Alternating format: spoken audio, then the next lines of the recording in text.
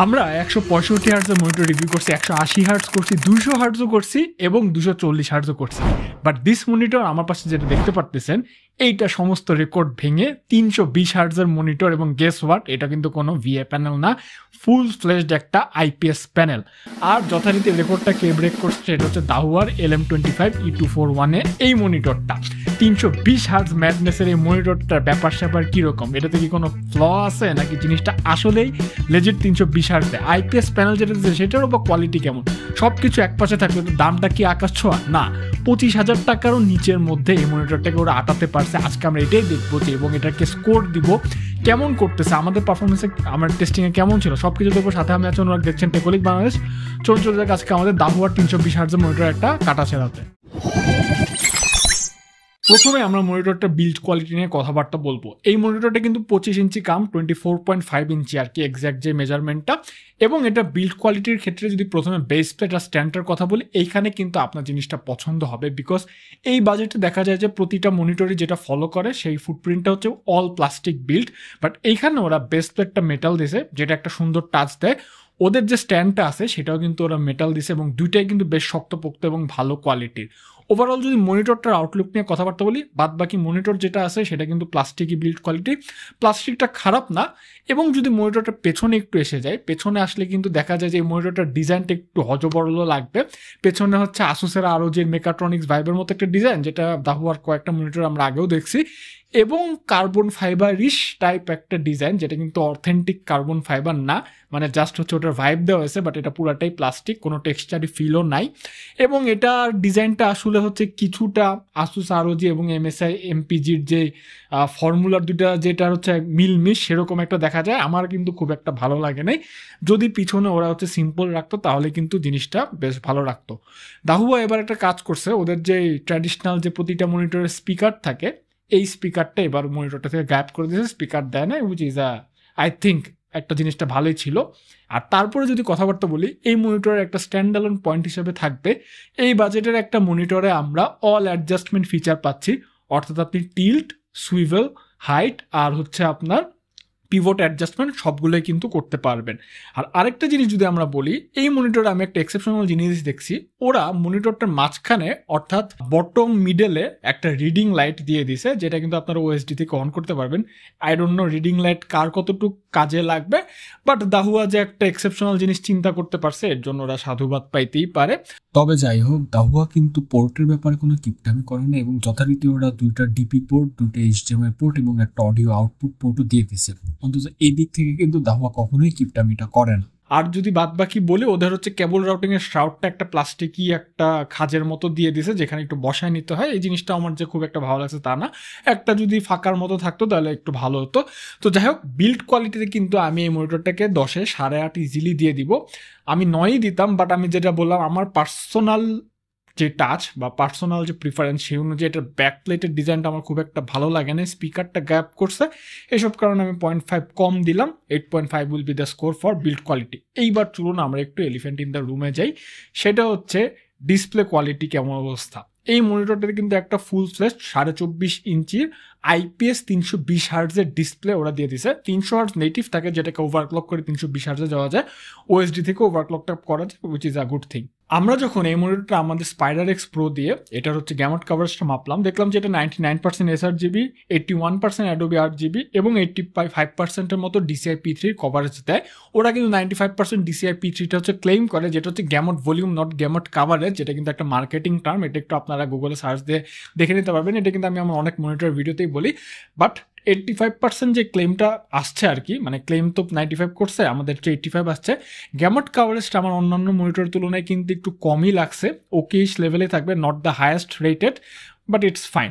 এবং ওদের এই মনিটরে কিন্তু ওরা ELED টেকনোলজি ইউজ করে, যেটা হচ্ছে এজ LED, অর্থাৎ ব্যাকলাইটটা একদম ইউনিফর্ম ব্যাকলাইট না হয়ে এজ দিক দিয়ে হচ্ছে, অর্থাৎ মনিটর যে 4 এজ আছে সেখান দিয়ে ব্যাকলাইটগুলো লাগানো থাকে, এটার জন্য এটার নাম হচ্ছে এজ LED বলা হয়। এবং এজ LED নাকি হচ্ছে মোটামুটি একই রকমের পারফরমেন্স দেয়, কম হচ্ছে পাওয়ার কনজাম্পশন করে। আই ডোন্ট নো মনিটরে পাওয়ার কনজাম্পশন কতটা ইম্পর্টেন্ট জিনিস, বাট ওদের এই টেকনোলজি নিয়ে ওরা কনফিডেন্ট। বাট এজ এলইডির একটা উইকনেস যেটা থেকেই যায়, সেটা হচ্ছে মিডলে কিন্তু ব্রাইটনেসটা একটু কম থাকে, সেটা আমরা দেখছি। এই মনিটরের ক্লেইম ব্রাইটনেস কিন্তু 300 নিটসের মতো, বাট সেখানে কিন্তু আমরা যখন এটাকে মেজারমেন্ট করলাম দেখলাম যে 262 নিটসের মতো পাইছি, যেটা কিন্তু ক্লেম থেকে মোটামুটি কমই আছে। এরপর যখন আমরা 50% রেঞ্জে এটার হচ্ছে কন্ট্রাস্ট রেশিওটা মাপলাম, দেখলাম যে 760:1 পর্যন্ত আসে এবং এটাকে ম্যাক্সিমাম ক্র্যাঙ্ক আপ করলে 1068:1 পর্যন্ত যায়। বাট 50%-এ রাখলে হচ্ছে আপনারা একদম ভালো মতো ইউজ করতে পারবেন। ব্ল্যাক পয়েন্টটা 0.34 পর্যন্ত যায়, যেটা কিন্তু বেশ ভালোই ডিসেন্ট বলা যায় এই বাজেটের আইপিএস প্যানেল মনিটর অনুযায়ী, অর্থাৎ আপনারা ব্ল্যাকটাকে একটু ব্ল্যাকের মতোই দেখবেন।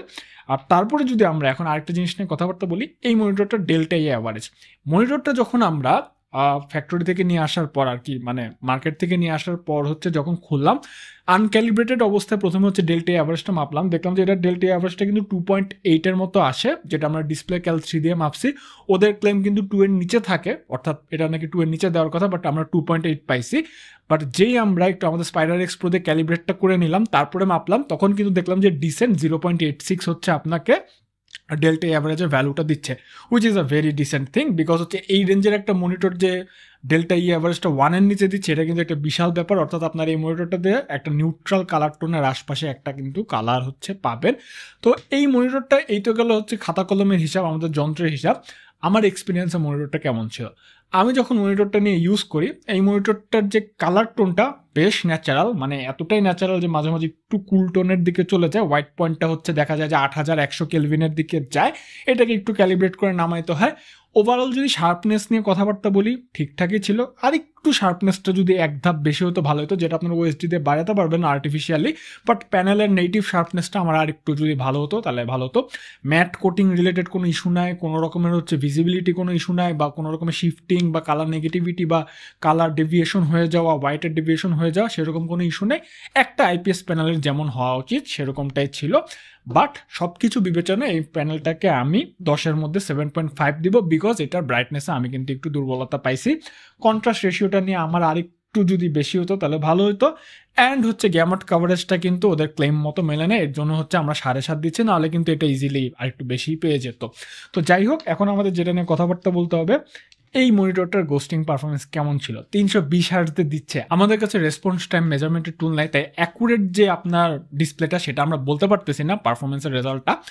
কিন্তু আমরা যেটা বলতে পারবো, ইউএফও গোস্টিং টেস্টে যখন আমরা 1080p হচ্ছে পিক্সেল সেট করে আমরা ইউএফওগুলোকে দেখলাম, এটাতে 4টা হচ্ছে আপনার মোড পাবেন, অফ, নর্মাল, বেস্ট, হাই আর হচ্ছে এক্সট্রিম, এই 5টার মতো মোড পাবেন আপনার। এর মধ্যে যেটা বেস্ট মোড, এটা আসলেই বেস্ট মোড। আমরা যখন এটাতে সেট করলাম, অ্যান্ড লিটারেলি এটা আমার ওয়ান অফ দ্য দেখা বেস্ট মনিটর হিসেবেই থাকবে। লিটারেলি এটাতে কোনো মোশন ব্লার বা গোস্টিং কিছুই আমি সেরকম কিন্তু পাই নাই, খুবই খুবই perfect result. And 320 hertz definitely এটাতে কিক ইন করতেছে খুবই ভালো মতো, কিন্তু সেটা বোঝা যাচ্ছেন। যারা আর্কেড গেমিং করবেন, পিস অফ কেক। যারা হচ্ছে স্পোর্টস গেমিং করবেন, তারা কিন্তু ফাইনালি একটা নতুন এরাতে প্রবেশ করলো, যেখানে আপনারা প্যানেলের কোয়ালিটিও এনশিওর পাচ্ছেন, তার সাথে সাথে কিন্তু প্যানেল থেকে যেই হাই কোয়ালিটি গেমিং পারফরমেন্স সেটাও কিন্তু এনশিওর পাচ্ছেন। এবং লিটারেলি এটাকে কিন্তু আমি 10-এ 9.5 দিয়েই দিব। 0.5 কাটতেছি এই কারণে, বিকজ এটা যখন আমরা এক্সট্রিম মোডে শিফট করি, বেস্ট মোডটা আসলে বেস্ট, হাইয়ের পর একদম যখন ক্র্যাঙ্ক আপ করে এক্সট্রিমে শিফট করি, তখন কিন্তু প্রচুর আর্টিফ্যাক্ট এসে যায়, ওভারশুট হয়ে যায় পিক্সেল, বাজে লাগে দেখতে। এর জন্য ওটাকে আরেকটু ভালো মতো ক্যালিব্রেট করলে ভালো হতো। But best mode is definitely best. এটাতে কিন্তু আপনারা ফ্রি সিঙ্কেরও বাই দ্য সাপোর্ট পেয়ে যাবেন, এটি বলে রাখলাম। সো 10-এর মধ্যে 9.5, এটা তো বললামই। এখন আমাদের যেটা নিয়ে কথাবার্তা বলা দরকার, এই মনিটরটা ব্লিডিংয়ে কেমন করছে। তো ব্লিডিংয়ের ক্ষেত্রে আমি যদি বলি, দাহুয়া অলওয়েজ ব্লিডিং বা গ্লোতে ভালো পারফরমেন্স করে। আমি ওদের যে কম দামি মনিটরগুলো দেখছি না 10,000 টাকার আশপাশে, সেগুলোতেও কিন্তু আমরা দেখছি। এটাতেও আমি ওরকমই এক্সপেক্ট করছিলাম। এবং এজ এলইডি হওয়ার কারণে আমরা যখন হচ্ছে অন্ধকার রুমে টেস্ট করলাম, দেখলাম যে টপ লেফটে একটু সামান্য ব্লিড পাইছি, আর বাকি চারদিকে মোটামুটি হালকা হালকা একটু গ্লো আছে, নিচের দিকে একটু গ্লোটা দেখা গেছে। আর এজের দিক দিয়ে আর কি গ্লোগুলো থাকে, যেহেতু এজ এলইডি। আর তেমন কিছু কিন্তু এক্সেসিভ পাই না, এটাকে হচ্ছে 10-এ ইজিলি 8 দিয়ে দেওয়া যায়, এবং 8ই দিব। যদি ব্লিডটা একটু কমাইতে পারতো, সিচুয়েশনটা যদি আর একটু কন্ট্রোল করতে পারতো, তাহলে হয়তো বা একটু পয়েন্ট বেশি পেতো। বাট 8 ইজ জাস্টিফাইড, যেমনটা বললাম। সবার লাস্টে এখন যেটা নিয়ে কথাবার্তা বলা দরকার, সেটা হচ্ছে মনিটরটার ওএসডি সেকশন। ওএসডির ক্ষেত্রে ওরা হচ্ছে পিছনের দিকে একটা অরেঞ্জ কালারের ওএসডি জয়স্টিক বাটন দিয়ে দিয়েছে, which is a nice touch, মানে পিছন থেকে দেখতেও ভালো লাগে, একটা সাটল একটা টাচ হচ্ছে অ্যাড করছে। এবং ফাইনালি দাহুয়া ওদের ওএসডি নিয়ে একটু সিরিয়াস হয়েছে। এই ওএসডিটা আমি দেখলাম গ্রাফিক্যালি ইনটুইটিভ, বেশ রেসপন্সিভও, এবং মোস্ট ইম্পর্টেন্টলি যত রকমের ফিচার আছে সবগুলো কিন্তু ওরা আটায় দেওয়ার চেষ্টা করছে। যত রকমের হচ্ছে আপনার পিকচার প্রোফাইল বলেন অথবা হচ্ছে কন্ট্রাস্ট, শার্পনেস, ডিসিআর, ডিডিসিআই, তারপরে হচ্ছে আপনার মোডস, তারপর ক্রস হেয়ার, যা যা আছে, যা যা চিন্তা করতে পারেন ব্ল্যাক স্টেবিলাইজার থেকে শুরু করে সবই ওরা আটায় দিছে, which is a good touch. Gamma লেভেলটা রাখে না, রাখলে ভালো হইতো, বাট যাই হোক ওরা এসেনশিয়াল জিনিসপাতি দিয়ে দিছে। বাট তারপরও আমরা 2025-এ দাঁড়ায় আছি, আমরা একটা মনিটরের ওএসডি ইকোসিস্টেমে কিন্তু সফটওয়্যার ইমপ্লিমেন্টেশনটা মানে এটা একটু ইম্পর্টেন্সই হয়ে দাঁড়াইছে। এবং আমি চিন্তা করছি যেসব মনিটর বা যেসব কোম্পানির ইকোসিস্টেমে এখনও সফটওয়্যার ইনক্লুডেড হয় না apart from MSI and Asus, সেগুলা যতই ভালো করুক আমরা 10-8 বেশি দিব না, এটা একটা নেসেসারি ফিচার কিন্তু এখন হয়ে দাঁড়াইছে। তো যাই হোক এই ছিল আমাদের মনিটরটা মোটামুটি রিভিউ। এখন যদি আমরা স্কোরগুলোকে অ্যাকুমুলেট করি তাহলে দেখা যায় যে এটা 50-এর মধ্যে 42.5 পেয়ে আমাদের মনিটরের এক্সিলেন্ট ক্যাটাগরিতেই কিন্তু পড়তেছে, অর্থাৎ এই মনিটরটা কিন্তু আপনারা নিতে পারেন। বাট কনক্লুশনে যদি এটা দুর্বলতা নিয়ে বলি, প্যানেলের ক্ষেত্রে যদি ওরা আরেকটু টিউন করে আরেকটু যদি পুশ করে বাজারে থাকতো সেরা কিন্তু একটা ডিল হয়ে যেত। এখনও সেরা ডিল আছে, নো ক্যাপ, বাট যারা গেমিং করার চিন্তা করতেছেন তারা 100 এটাতে লাভবান হবেন নো ডাউট। এই মনিটরটা প্রাইসটা হচ্ছে নাকি 25,000 টাকা ছিল, বাট টেকল্যান্ডে হচ্ছে একটা অফারে হচ্ছে 24,000 টাকায় আপনারা পাবেন, বা আরেকটু কমে আসতে পারে, সেটা একটু দেখে নিতে পারেন লিঙ্কটা চেক করে, এবং ভিডিও রেফারেন্স দিলে একটু কম পাবেন। অফকোর্স মনিটরটাকে আপনারা নেবেন নাকি নেবেন না জানাতে পারেন। অ্যান্ড দাহুয়া কিন্তু ওয়ারেন্টিতেও বেশ ভালো কাজ করতেছে, তো ওয়ারেন্টি রেশিওটা দেখলাম যে খুব যে একটা বেশি তা কিন্তু না, মানে মোটামুটি লাস্ট 1.5 বছরে কিন্তু বেশ ভালোই নাম কামায় ফেলছে। যাক ভিডিওটা এখানে শেষ করে, ভিডিওটা ভালো লাগলে লাইক দিবেন and subscribe to the channel must. আমাদের একটা গ্রুপ আছে টেকনিক বাংলাদেশ, সেখানে জয়েন হয়ে যেতে পারেন। তো দেখা হবে অন্য কোনো ভিডিওতে, good bye, definitely I catch on the next one.